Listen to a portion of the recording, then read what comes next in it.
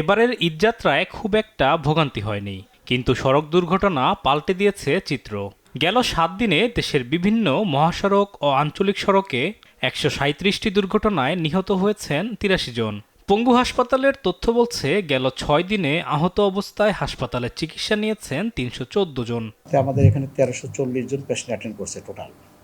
তার মধ্যে 314 জন হচ্ছে রোড ট্রাফিক অ্যাক্সিডেন্ট, এবং এর মধ্যে আবার 177 জন হচ্ছে আপনার ওই অটো আর ওই যে মোটরসাইকেল মিলে।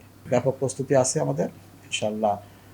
সেই তুলনায় যে রোগীর চাপটা আমাদের কাছে খুব বেশি মনে হয় না। এবার ঈদের দ্বিতীয় দিনে সড়কে ঝরেছে 28টি প্রাণ।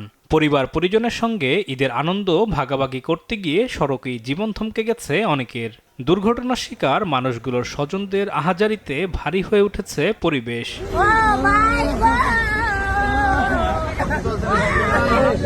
বিশেষজ্ঞরা বলছেন, চালকদের বেপরোয়া গতি, ওভারটেকিং আর ফিটনেসবিহীন যানবাহনই দুর্ঘটনার মূল কারণ। ওভার স্পিডিং, রেকলেস ড্রাইভিং, এবং দেখা যাচ্ছে আমাদের চালকের স্বল্পতা রয়েছে, ফলে চালক এই সময় অতিরিক্ত লাভ করতে চায়, মালিকরা অতিরিক্ত লাভ করতে চায়, ফলে দেখা যাচ্ছে যে টায়ার্ড হয়ে গাড়ি চালায়। বাট আমরা যদি চালক তৈরি একটা প্রকল্প নেই, ভালো চালক, দক্ষ চালক, এক্সপার্ট এবং হচ্ছে সেফ চালক।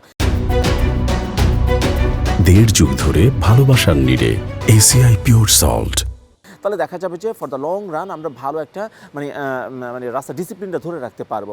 সড়কে শৃঙ্খলা ফেরাতে দীর্ঘমেয়াদী পরিকল্পনা, আধুনিক প্রযুক্তির ব্যবহার আর সরকারের সদিচ্ছাকেই গুরুত্ব দিচ্ছেন তারা।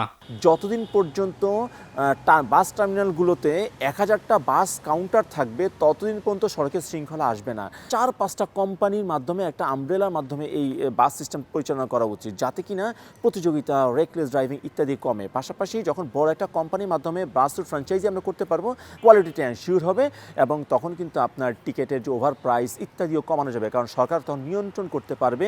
মাত্র 3-4 জনকে নিয়ন্ত্রণ করলেই যেহেতু সিস্টেমটা ঠিক হয়। হাইওয়ে পুলিশের দাবি, কয়েকটি অনাকাঙ্ক্ষিত দুর্ঘটনা ছাড়া বিগত বছরগুলোর তুলনায় এবারের ঈদযাত্রা ছিল অনেকটাই স্বস্তিদায়ক।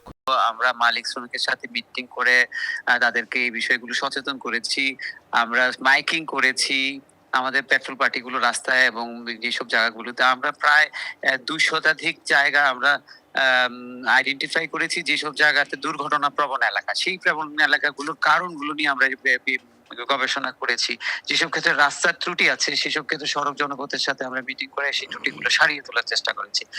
দ্রুততম সময়ে ফিটনেসবিহীন যানবাহন ও চালকদের দক্ষ করে তোলার বিকল্প নেই বলে মনে করছেন বিশেষজ্ঞরা। আলিমুজ্জামান সাফওয়ান, দেশ টিভি, ঢাকা।